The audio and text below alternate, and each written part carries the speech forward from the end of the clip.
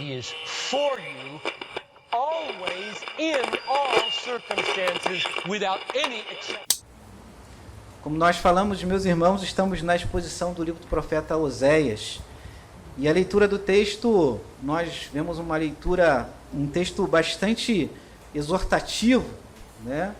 Um texto bastante direto também, onde Deus ele vai falar sem rodeios sobre o pecado do povo e sobre aquilo que o povo estava fazendo, né? E nessa noite a gente vai falar um pouco sobre a apostasia do povo de Deus. O que é apostasia? É o próprio abandono da pessoa de Deus, o próprio abandono da fé, o caminho que Deus propôs para você. Quando você não está nele, você é um apostata. Ou seja, você abandonou o caminho de Deus. Consequentemente, abandonar o caminho de Deus é abandonar o próprio Deus. Talvez num momento da sua vida, da sua jornada, você perdeu o interesse pela pessoa de Deus. Perdeu o interesse pela sua palavra, perdeu a paixão pela sua presença.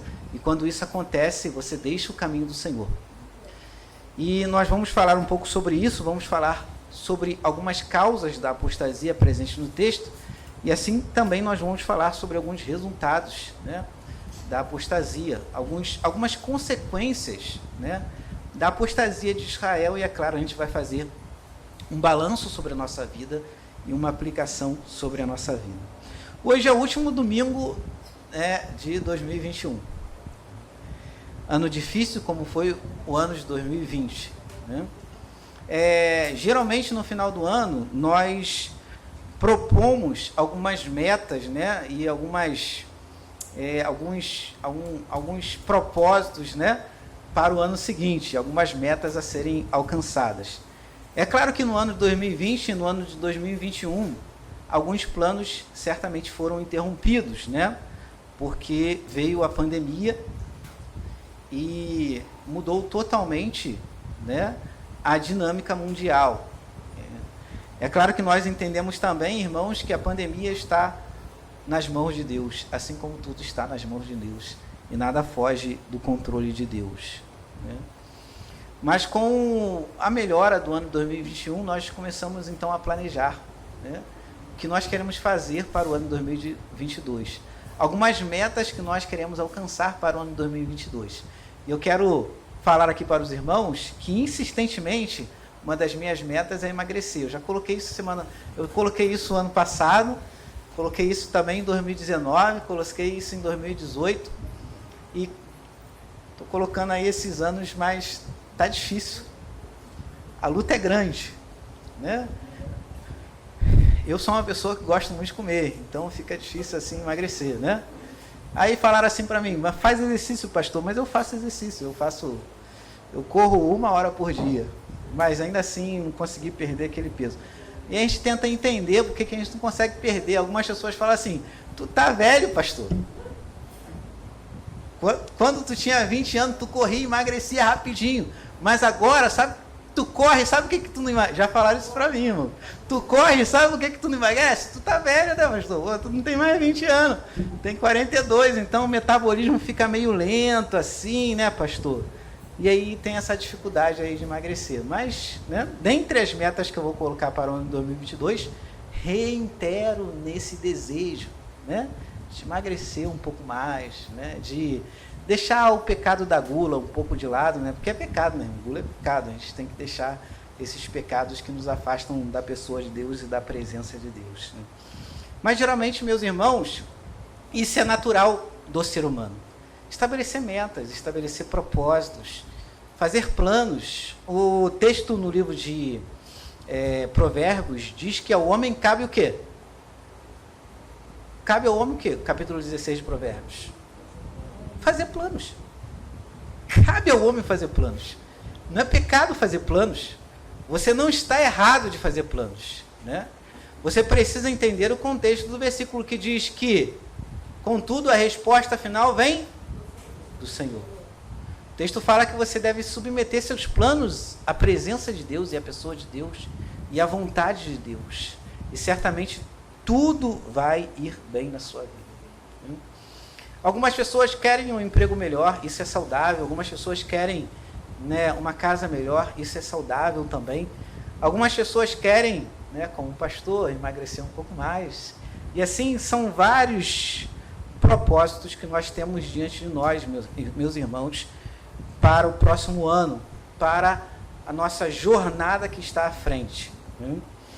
Mas é interessante que muitas vezes, meus irmãos, nessas metas que nós colocamos diante de Deus, dificilmente nós colocamos a nossa vida com Deus como uma meta a ser melhorada. Dificilmente nós colocamos aprimorar a nossa jornada espiritual.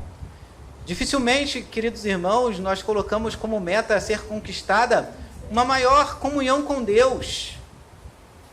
Uma comunhão mais viva, uma comunhão mais intensa. Dificilmente, meus irmãos, nós colocamos como meta ser mais espiritual para o próximo ano. Orar mais, ler mais a palavra de Deus, estudar mais a palavra de Deus, né? Crescer mais na espiritualidade com Deus, na comunhão com Deus, né? E aí, meus irmãos, sutilmente, o mundo, né? O mundo que o Evangelho de João fala lá, o Evangelho de João fala, né? Existe inúmeras vezes a expressão mundo com vários significados, né? E um dos significados que o Evangelho de João vai colocar como mundo é esse mundo sem Deus, é essa sociedade sem Deus, é esse sistema corrupto que não é atraído por Deus, que não sente atração por Deus, que não sente desejo por Deus, que não sente vontade de buscar a palavra de Deus, que não sente vontade de santificar a sua alma, de purificar seu coração, a sua mente, que não sente vontade de verdadeiramente não gastar tempo, mas investir tempo na comunhão com Deus, numa vida espiritual mais intensa, numa vida espiritual mais estável, mais estável, né? Estável é mais estável. Dificilmente, meus irmãos, colocamos esse propósito diante de nós, né? 2022 eu quero orar mais, 2022 eu quero ler mais a Bíblia, 2022 eu quero que a minha comunhão com Deus seja mais intensa, né? Seja mais contínua, né? Eu quero ser influenciado por isso. E eu quero dizer que Deus criou você com um propósito de ter comunhão com Ele. Se não fosse assim, Ele não enviaria Jesus Cristo, o Senhor da nossa vida e o Senhor da nossa alma. Deus quer caminhar contigo. E uma das provas que Deus quer caminhar contigo é justamente o fato dele ter muita raiva de você, ter muita ira de você, e aí enviar o Filho amado dele para pagar o preço por você, e a ira dele por você ser apaziguada. Deus quer tanto caminhar com você que Deus propôs um caminho para você, e esse caminho é Cristo. E Cristo, meus irmãos, é um caminho de santidade. Cristo é um caminho de comunhão com Deus, uma comunhão viva, uma comunhão contínua, uma comunhão para toda a vida, uma jornada para toda a vida. Lembremos aqui de alguns exemplos que são muito interessantes, que nós, inúmeras vezes, nós estamos citando aqui, né? Enoque, Abraão, Moisés, né? Deixa eu falar um pouquinho aqui de Moisés, que é descrito lá em Hebreus como um dos heróis da fé. E a descrição de Hebreus, meus irmãos, sobre a escolha de Moisés, é uma descrição arrebatadora. Ele fala que Moisés deixou as iguarias do Egito para começar a sua jornada com Deus.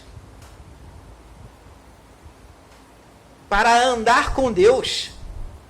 E ele deixou a riqueza, ele deixou a luxúria, ele deixou tudo aquilo que ele tinha lá no Egito, e não era pouco, meus irmãos, porque no período de Moisés, Egito era um grande império, e ele deixou tudo isso para ser profeta de Deus. Porque Deus havia colocado para ele, olha, não dá para andar comigo e ser príncipe do Egito. Você tem que escolher o que você quer fazer. Porque são coisas excludentes. Há caminhos que você escolhe na vida que exclui a Deus e exclui a presença de Deus da sua jornada e da sua caminhada.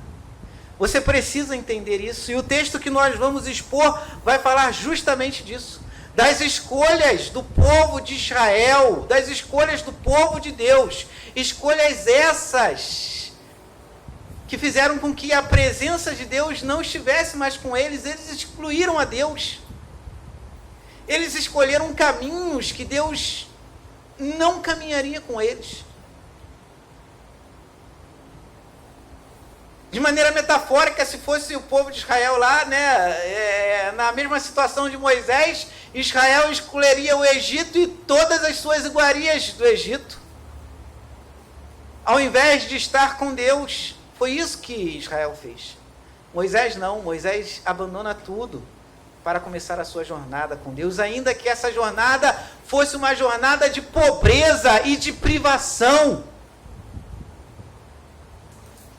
Ainda que essa jornada implicasse realmente perder o título de príncipe, ele perdeu, porque ele ganhou o título de profeta de Deus. E Deus tem um propósito em nossas vidas, meus irmãos. Deus quer ter uma jornada conosco. Deus quer ter uma caminhada conosco. E Ele enviou Jesus Cristo para tornar isso possível. Em Cristo é possível andar com Deus, em Cristo é possível viver com Deus, em Cristo é possível caminhar com Deus. Mas porque muitas vezes as nossas escolhas são escolhas que massageiam o nosso ego. E quando o nosso ego é massageado, irmão, geralmente Deus não está presente nessa situação. Porque quando você se torna o seu próprio ídolo, quando você pensa que a sua existência é para a sua glória mesmo e para o louvor da sua vida, certamente você excluiu a Deus e a presença de Deus na sua vida. Foi isso que aconteceu com Israel. Israel, ele passa por um período de apatia, por um período de desprezo à pessoa de Deus e à presença de Deus. Olha o versículo 10 que nós lemos, porque ao Senhor deixaram de adorar. Não tem como amenizar as palavras, irmãos. Algumas vezes a gente quer amenizar certas palavras que o texto, expõe, mas não tem como amenizar. Eles deixaram de adorar a Deus. Foi isso que eles fizeram. E o texto vai falar mais. No versículo 12. Isso aqui é muito forte, irmãos. Isso aqui é muito forte, irmãos. Eles abandonaram o seu Deus. Abandonaram o seu Deus. Abandonaram. O verbo aqui, meus irmãos, está corretamente bem traduzido. Não tem como inventar, não tem como amenizar, não tem como suavizar. Não tem como ler de maneira, utilizando aquela ferramenta do português, eufemismo. É você dar notícias trágicas de maneira assim suave e poética, Não tem como fazer isso, irmãos. A expressão está bem traduzida e o verbo está bem traduzido. Eles abandonaram a Deus. Eles perderam o interesse por Deus. Deus deixou de ser interessante para eles. Deus deixou de ser almejado por eles. Deus deixou de ser desejado por eles. Deus foi literalmente abandonado por eles, irmãos. E é justamente isso que muitas pessoas estão fazendo hoje. Estão literalmente abandonando a Deus. E não tem como suavizar isso. As pessoas estão tentando suavizar lá por meio das redes sociais, Que Deus quer que você encontre a força que está dentro de você. Aquelas expressões de autoajuda. Eu vi um interessante, muito interessante assim, Jesus não falou para você ser você mesmo. Jesus falou para você nascer de novo. E é isso que ele tem, é a mensagem de Jesus para o homem. É necessário nascer de novo. É preciso nascer de novo.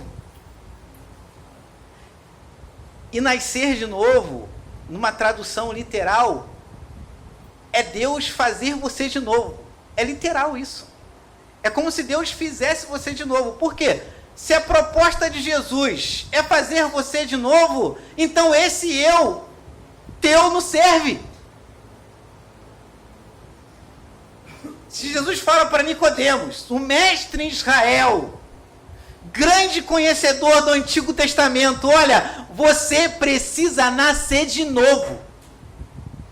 E esse nascimento não é produzido por você, esse nascimento vem do alto, com a presença do Espírito Santo de Deus, porque esse teu eu aí não serve para Deus. Não tem como amenizar, irmãos. Não tem como suavizar. A pregação é essa, a palavra é essa, a expressão é essa. Abandonaram a Deus. Quais são as razões que levaram Israel a abandonar a Deus? Seus pecados. E não apenas seus pecados, não, mas o amor pelos seus pecados.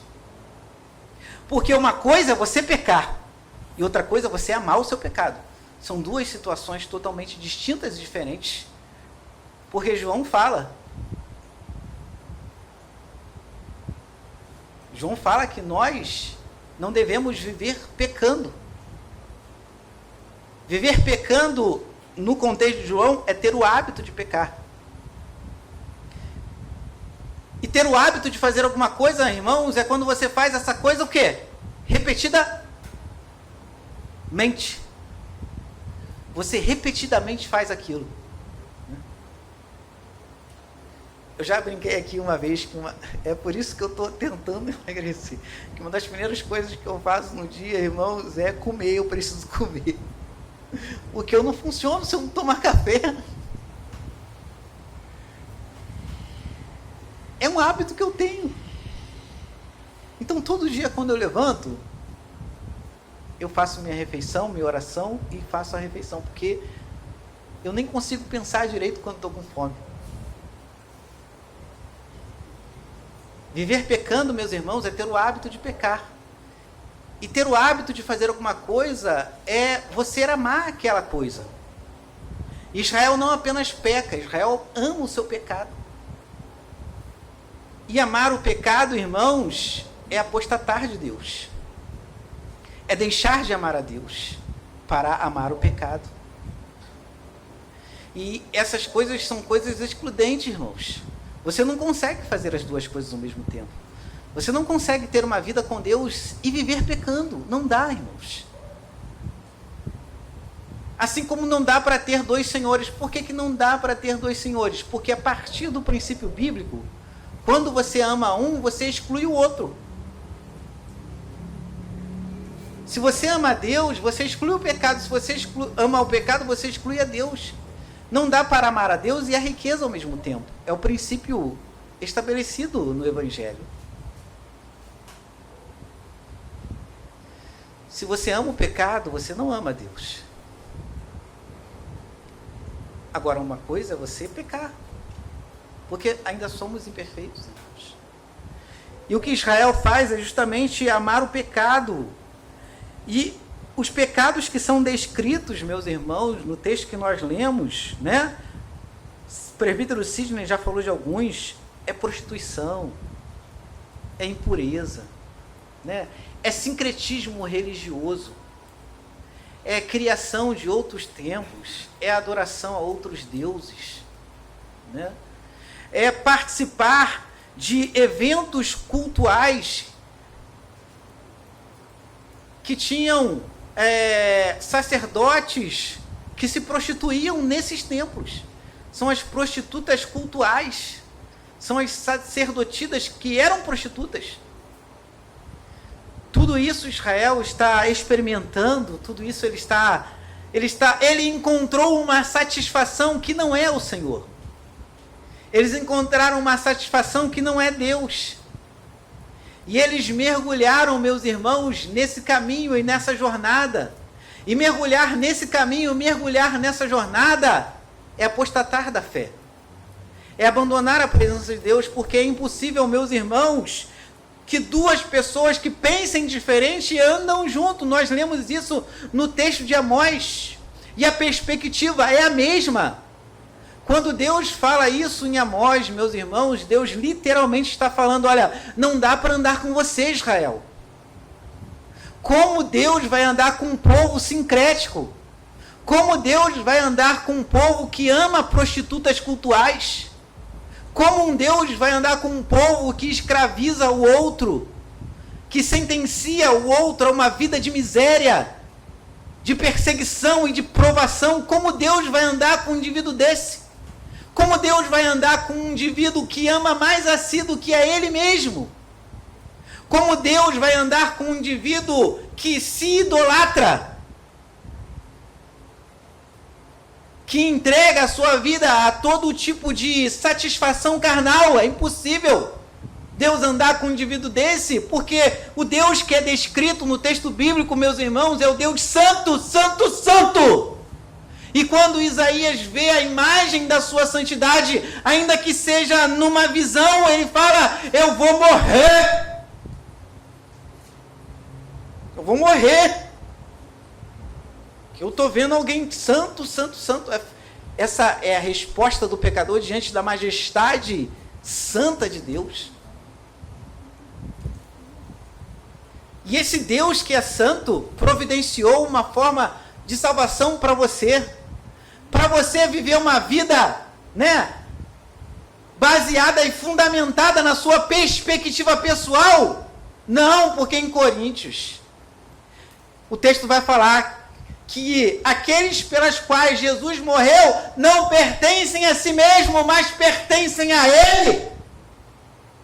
Então, literalmente, não é para viver a vida do jeito que você quer, é para viver a vida do jeito que Cristo quer. Ele tem a prerrogativa da sua vida, porque Ele salvou você lá na cruz do Calvário. Sua vida não pertence mais a você, sua vida pertence a Ele.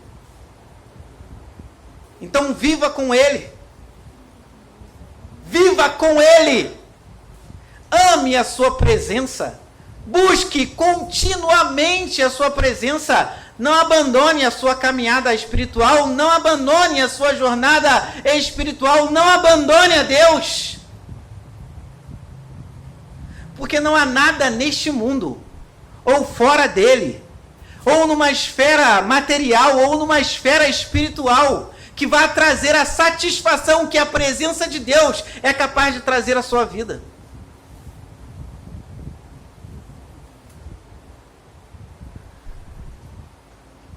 Olhe para o exemplo de Agostinho, que experimentou tantas coisas na vida, e escreve um poema lindo, Tarde vos amei. Eu procurei fora de mim, mas o Senhor estava dentro de mim. E encontrou a satisfação que ele procurava em várias situações da vida. Na riqueza, no prestígio, no poder, na sexualidade. Ele era um promíscuo, Agostinho era um promíscuo. Se relacionava com várias mulheres ao mesmo tempo. Mas essa satisfação plena ele encontrou na presença de Deus. E depois que Deus encontrou Agostinho na sua angústia, a transformação na vida daquele homem foi extraordinária. O grande pastor de Hipona, que escreveu textos que, ao ler, você sente a presença de Deus na leitura de Agostinho. Lê sobre a vida dele, então se prepare para chorar, que você vai chorar muito. Se você ler as confissões de Agostinho. Porque a presença de Deus o transformou totalmente, e a partir de então ele decidiu viver com Deus e para Deus, e nunca mais deixar a Deus, nem o seu caminho, nem a sua presença. Mas Israel chega um momento da sua vida que ele deixa esse Deus, que ele abandona literalmente esse Deus para satisfazer desejos que são pessoais. Israel vai se tornar hedonista. Hedonista é aquele ramo dos filósofos que pregavam que somente você experimentando as satisfações pessoais do seu corpo é que você vai ser feliz. Em outras palavras, vai lá e dá lugar à carne mesmo, entendeu? Extravasa, que é assim que você vai ser feliz. Mas aqueles que são salvos por Deus são chamados para uma jornada de espiritualidade, de santidade. E deixar essa jornada traz certas consequências. Consequências que são terríveis. Mas vamos falar aqui rapidamente de algumas causas da apostasia, segundo o texto de Oséias.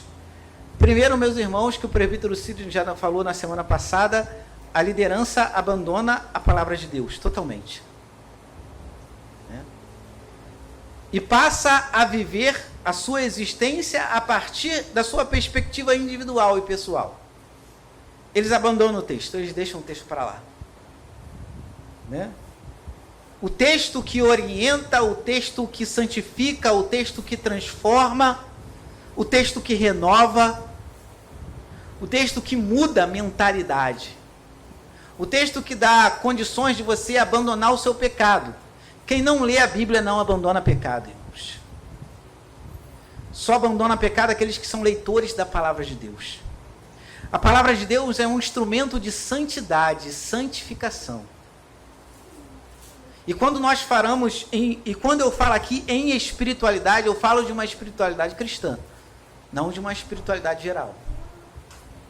O conceito de espiritualidade, meus irmãos, é um conceito amplo, mas eu falo aqui de uma espiritualidade cristã.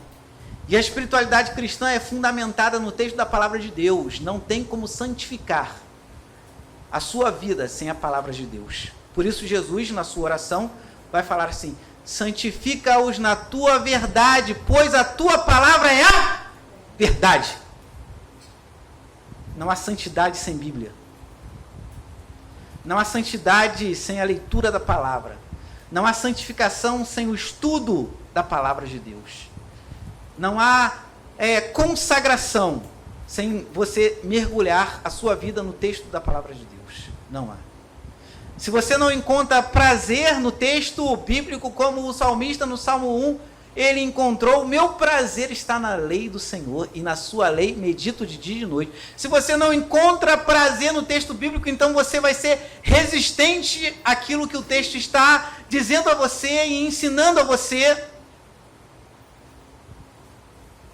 E hoje nós temos um cristianismo brasileiro, que é um cristianismo cultural, totalmente distinto do texto e totalmente longe do texto.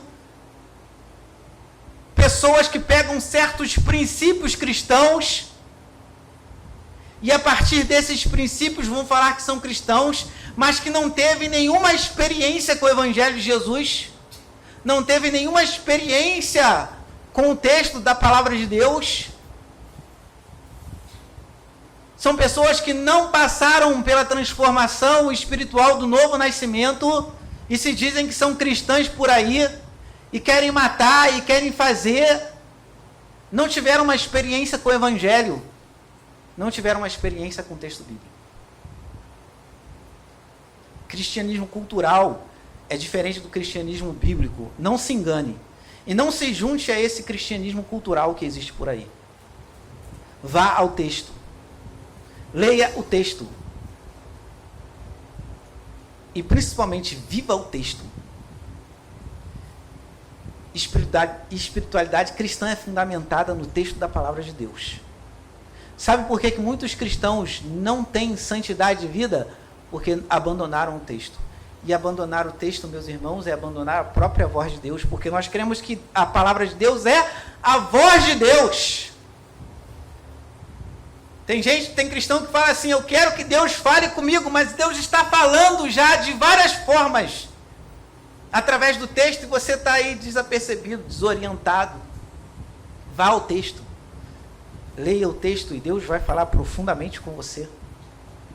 Uma das razões do esfriamento espiritual, da apostasia da fé, do abandono a Deus, é abandonar a sua palavra. A palavra de Deus, que é a fonte de vida. Hebreus vai falar que ela é viva e eficaz. Maravilha. Né? A palavra de Deus, ela é viva, irmãos. É um texto vivo. É um texto vivo. fazendo as leituras para o trabalho de mestrado, é interessante observar que alguns autores mudam de opinião conforme o tempo. Eles escrevem uma coisa na juventude e depois, quando tem 40, 50 anos, eles escrevem outra coisa, dizendo que aquilo que eles escreveram lá estava errado, né? Uma letra morta. Mas a palavra de Deus é viva, irmãos. O texto é sagrado. Aquilo que foi escrito há milhões de anos atrás conduz a minha vida e conduz a sua vida. De maneira fantástica e de maneira extraordinária. A Bíblia tem resposta para tudo, irmãos. E você tem procurado resposta em lugares que não vão dar a resposta que você quer, nem a resposta que você almeja. Espiritualidade cristã, irmãos, é fundamentada no texto. No texto da palavra de Deus. Não há santidade sem o texto. Tem uma galera cristã aí, né? Que está falando assim, olha, respeita as minhas emoções, a minha experiência emocional. Cuidado com a tua experiência emocional. Porque Jesus Cristo fala que do coração do homem procede o quê? Os maus desígnios. Vai lá ter a sua experiência emocional sem a graça de Deus para ver o que vai acontecer contigo. A tendência é você ir para o abismo. Vai ter uma experiência espiritual fundamentada na tua moralidade, na tua beleza, ou em qual experiência for. Vai ser uma experiência totalmente frustrada. A fé vem pelo ouvir. E ouvir a palavra de Deus. Você não tem fé porque você não ouve. Sabe? Você não tem fé. Uma fé comprometida com Cristo é uma fé que ouve a sua palavra. Seu coração egoísta, seu coração pecador, quer que você se divorcie da sua mulher, mas se você for ao texto bíblico e falar assim, Jesus, fala comigo, o que eu devo fazer com essa mulher? Jesus vai mandar você amar a sua mulher verdadeiramente.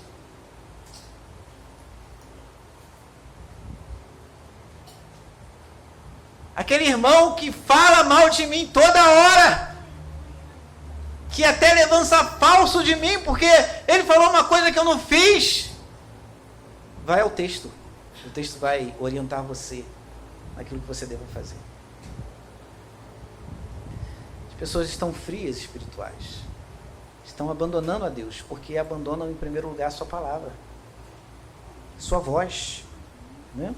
No Evangelho de João, o texto fala que as ovelhas do Senhor ouvem a voz do seu Senhor, conhecem a voz do seu Senhor.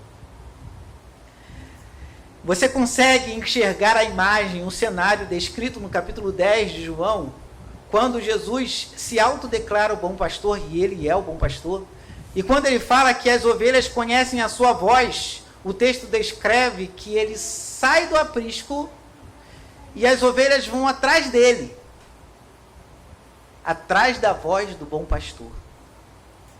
Se você abandonar a voz do bom pastor, você já abandonou o bom pastor.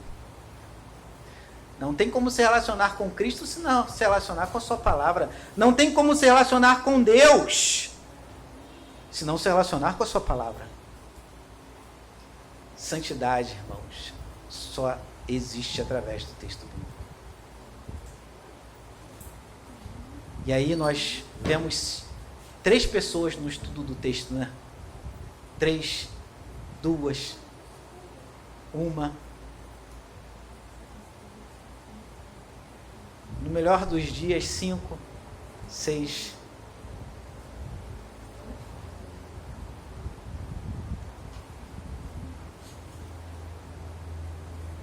A perda de interesse pela palavra leva à frieza espiritual. Se você abandona a palavra, você vai se aprofundar no seu pecado. O aprofundamento no pecado leva à frieza espiritual, irmãos. O salário do pecado é a morte. É o que diz a verdade em Romanos. E como sempre nós enfatizamos, o texto de Romanos é enviado para a igreja de Romanos, não é enviado para fora da igreja. O apóstolo Paulo está falando com crentes que num determinado momento da sua jornada espiritual estão pecando deliberadamente, estão se aprofundando em seus pecados. Quando você imaginaria que Israel, o povo de Deus, além de abandonar a Deus, além de deixar de adorar a Deus, olha o que eles iam fazer, olha, versículo 13. Versículo 12 ainda, antes do texto falar do abandono a Deus. O meu povo consulta o seu pedaço de madeira e a sua vara lhe dá a resposta, porque um espírito de prostituição os enganou. E eles, prostituindo-se, abandonaram a Deus. Antes de abandonar a Deus, eles mergulharam deliberadamente no pecado deles.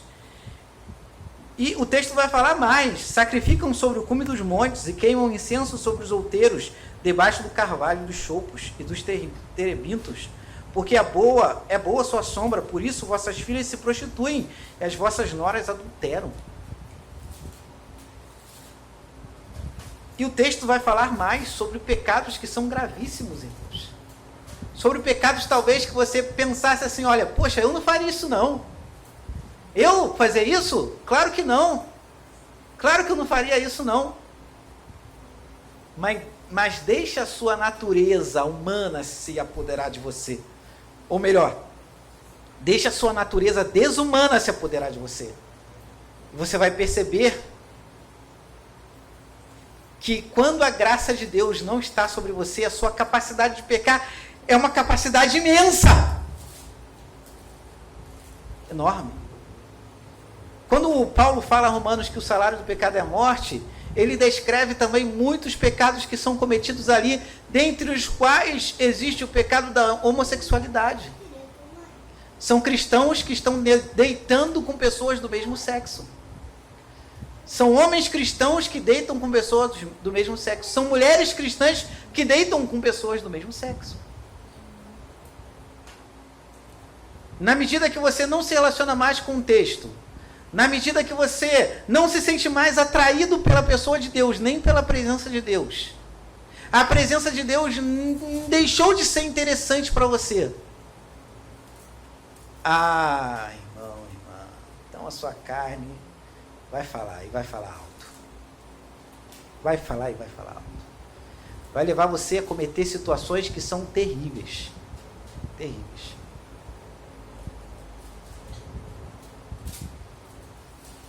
Em um aconselhamento pastoral, determinado aconselhamento pastoral, não foi nessa igreja não, tá, irmãos? Conversando com o irmão falou, olha pastor, eu cheguei a um momento que eu estava dentro do centro de prostituição. Dentro do centro de prostituição, pastor. E Deus falou comigo ali.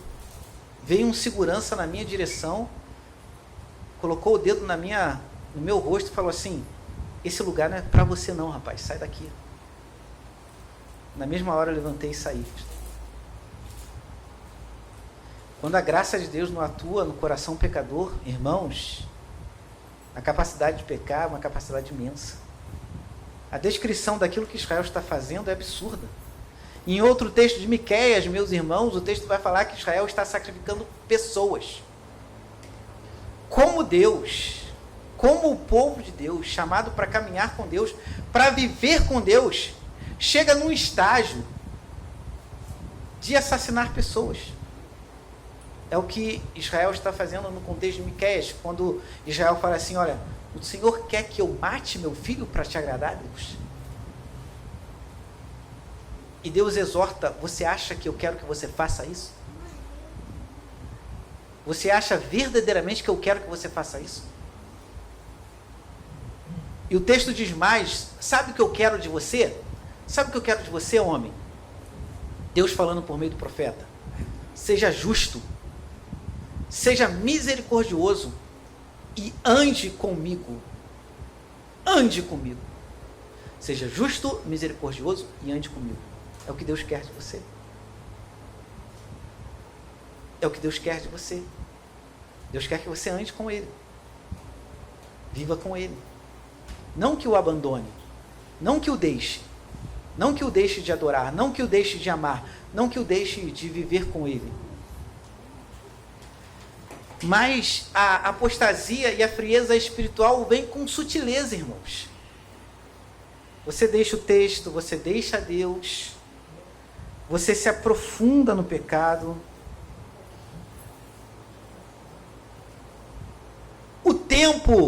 O seu tempo, você não tira mais tempo para se dedicar à pessoa de Deus.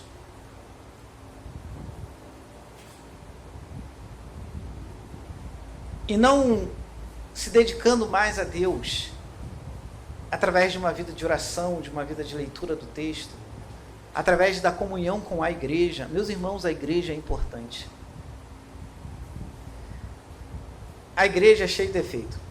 E as pessoas da igreja são cheias de defeitos. Mas Deus quis que a igreja existisse desse jeito. Cheia de defeito. Deus, na sua infinita soberania, falou assim: olha, eu vou salvar o homem e vou colocar ele num lugar para me servir, para me adorar. Vou colocar um monte de pecador junto. Quero ver o que vai dar isso. Colocar um monte de gente defeituosa junto. Deus quer assim, gente. Se Deus quisesse diferente, teria feito diferente, porque Ele é o soberano Deus poderoso. Ele quer assim. A igreja é cheia de defeitos. Mas a igreja é o lugar da manifestação comunitária da graça de Deus e da misericórdia de Deus e da compaixão de Deus. Pela minha leitura bíblica, a maneira como Deus se manifesta aqui, neste lugar, não se manifesta na sua casa, nem na sua piedade individual. São situações diferentes, são momentos diferentes. Aqui, quando Ele congrega o povo dele, a manifestação comunitária de Deus é diferente da manifestação de Deus na sua casa. Eu creio que Deus quer se manifestar na sua casa e que Ele vai se manifestar na sua casa. Mas aqui é diferente. É diferente. Por isso que o judeu ia ao templo. Porque a manifestação de Deus no templo era totalmente diferente do que era na casa do judeu. Era especial. A igreja é importante para a nossa caminhada com Deus, meus irmãos. Caminhando para o final, meus irmãos, falamos sobre a apostasia, algumas causas da apostasia e os resultados da apostasia. Quando nós olhamos, meus irmãos, para o texto, quando nós olhamos para o texto que nós lemos, meus irmãos, a gente percebe que o ato de abandonar a Deus gera algumas consequências, meus irmãos. Ninguém que abandona a Deus vai ficar numa boa. Não tem como ficar numa boa, né, irmãos? Israel experimenta isso, né? Nosso irmão presbítero Sidney leu que os líderes são rejeitados por Deus. Versículo 6: o meu povo está sendo destruído porque lhe falta conhecimento. Porque tu, sacerdote, rejeitaste conhecimento, também eu te rejeitarei, para que não sejas mais sacerdote diante de mim. Visto que te esqueceste da lei do teu Deus, também eu me esquecerei dos teus filhos. Olha, sacerdote, eu vou esquecer de você como você esqueceu de mim. Ao sacerdote, como nosso irmão falou, cabia a responsabilidade de ensinar, de mostrar o caminho ao povo de Deus. E o sacerdote, neste contexto, negligencia isso. Negligencia a palavra, negligencia o ensino. E as pessoas estão perdidas, desorientadas.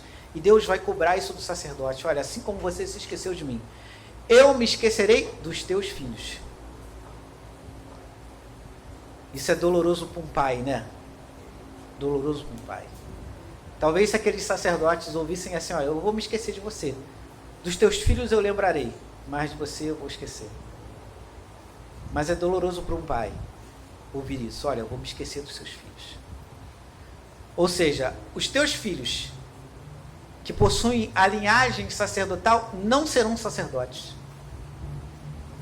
Eles não assumirão o ministério. Simplesmente eu vou deixá-los de lado. Né? O texto vai falar sobre a justiça de Deus, né? Sobre o sacerdote e sobre aqueles meus irmãos que são infiéis a Deus. Não apenas o sacerdote, mas também ao povo de Deus que é infiel a Ele.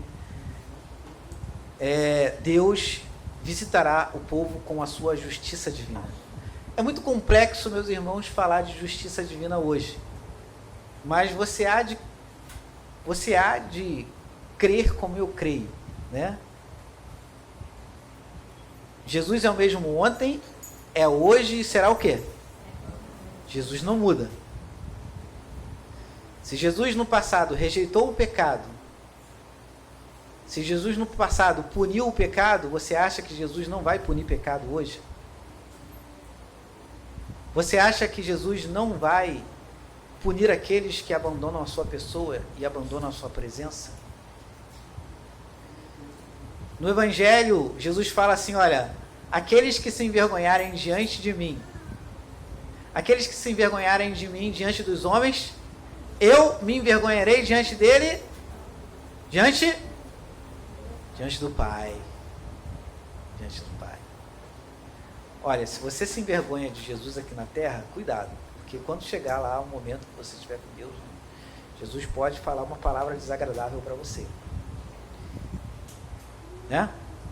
Aquela palavra descrita no Evangelho, eu nunca conheci você. Sabe, eu nunca conheci você. Mas eu fiz tantas coisas em teu nome, Senhor, mas eu nunca conheci. Isso prova, meus irmãos, que nem todos aqueles que falam de Jesus é verdadeiramente Jesus, né? Aqueles que abandonam a Deus para viver uma vida de pecado vão perceber que o pecado não satisfaz. Não satisfaz. Se você deixa a Deus para viver uma vida, olha, eu quero ser eu mesmo. Cuidado com querer ser eu mesmo. Se você deixa o caminho de Deus para trilhar o caminho que o seu coração pecaminoso propõe a você, você vai perceber que você não vai encontrar satisfação na vida. Que por mais que você tente encontrar satisfação na sua força interior pessoal, ou no outro, ou na sua casa, ou na sua família, ou no seu carro, ou nos seus bens, ou qualquer outra situação que você queira colocar no lugar de Deus na sua vida, você vai perceber que essas coisas não vão satisfazer você, como Deus satisfaz você, ou como Deus pode satisfazer você.